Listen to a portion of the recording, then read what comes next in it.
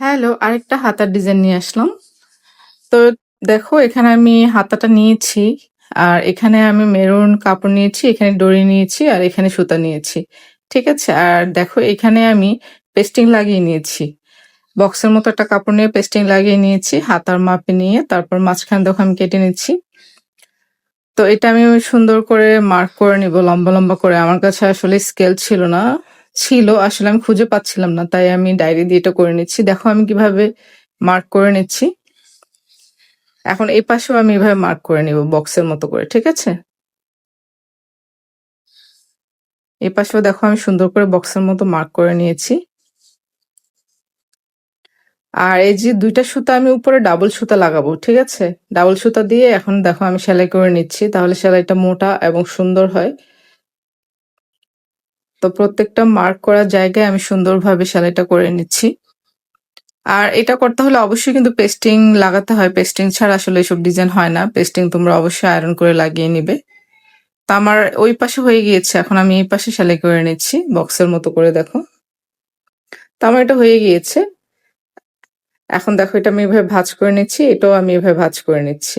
এখন দুইটা একসাথে রেখে আমি কিভাবে কেটে নিচ্ছি দেখো। আর এই পাশে দেখো আমি গোল রাউন্ড করে কর্নারটা কিভাবে কেটে নিচ্ছি। তো আমার এটা কাটা হয়ে গিয়েছে।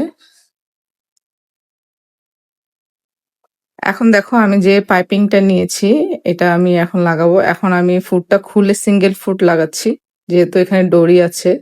তো ডরিটা আমি মাঝখানে দিয়ে কিভাবে সেলাই করে নিচ্ছি দেখো। একদম সাইড করে এটা সেলাই হয়ে যায়, কারণ যেহেতু এটা সিঙ্গেল ফুট তাই।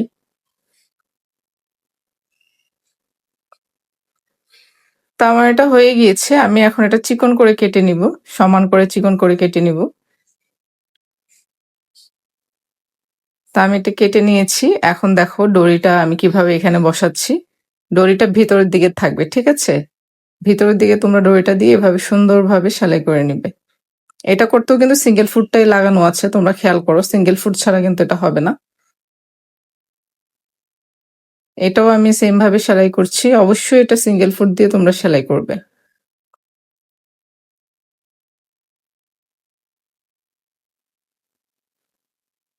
তো দেখো এখন যে কাপড়টা আমি আলাদাভাবে কেটেছিলাম এটাও আমি এভাবে উপরে বসিয়ে দিচ্ছি। আর দেখো এভাবে আমি সুন্দরভাবে সিঙ্গেল ফুটটা লাগিয়ে এভাবে সেলাই করে নিচ্ছি সাইডে। এটা যতটা সম্ভব তোমরা ভিতরে করে সেলাই করবে, এটা এমনিতেই হয়ে যাবে, কারণ যেহেতু ভিতরে ডরি আছে সেলাইটা ভিতর দিকে যাবে না। তো এই পাশটাও দেখো আমি কিভাবে ধরে দুইটা একসাথে চেপে চেপে সেলাই করে নিচ্ছি। তো এইভাবে অবশ্যই সাইডে কাটিং করে দিবে, না হয় এটাকে তো ফিনিশিং ভালো আসবে না। তা আমি উল্টে দিলাম। এখন উল্টে দেখো আমি এখন সিঙ্গেল ফুটটা খুলে আমি আবার আগের ফুটটা আমি লাগিয়ে নিচ্ছি। তা আমি এটা এভাবে সেলাই করে নিচ্ছি আসলে সেলাই করার সুবিধার্থে। আর এটা উল্টে কিন্তু অবশ্যই আয়রন করে নিতে হবে। ঠিক আছে? এখন দেখো স্লিপটা আমি মাঝখানে মার্ক করে নিয়েছি। মার্ক করে এই যে এটা আমি এভাবে রাখছি, রেখে জাস্ট 1/2 ইঞ্চি আমি এভাবে মার্ক করে নিচ্ছি। এখন দেখো স্লিভের মাঝখানে মার্কটা আমি রেখেছি, এই মার্কটাও আমি স্লিভের মাঝখানে রেখেছি। ঠিক আছে? এখন এটা আমি সেলাই করে নিব। মাঝখান থেকে আমি সেলাই করছি তোমাদেরকে দেখানোর জন্য আসলে। তো এটা আমার সেলাই হয়ে গিয়েছে। আমি উল্টে নিচ্ছি এবং এভাবে সুন্দরভাবে হাতাটা সেলাই করে নিচ্ছি। দেখো সাইডে কাটিং করে নিলাম, উল্টে নিলাম। তো এই হচ্ছে আমার ফাইনাল লুক। দেখো কেমন হয়েছে। তোমরা চাইলে এটা প্যান্টেও করতে পারো। ঠিক আছে?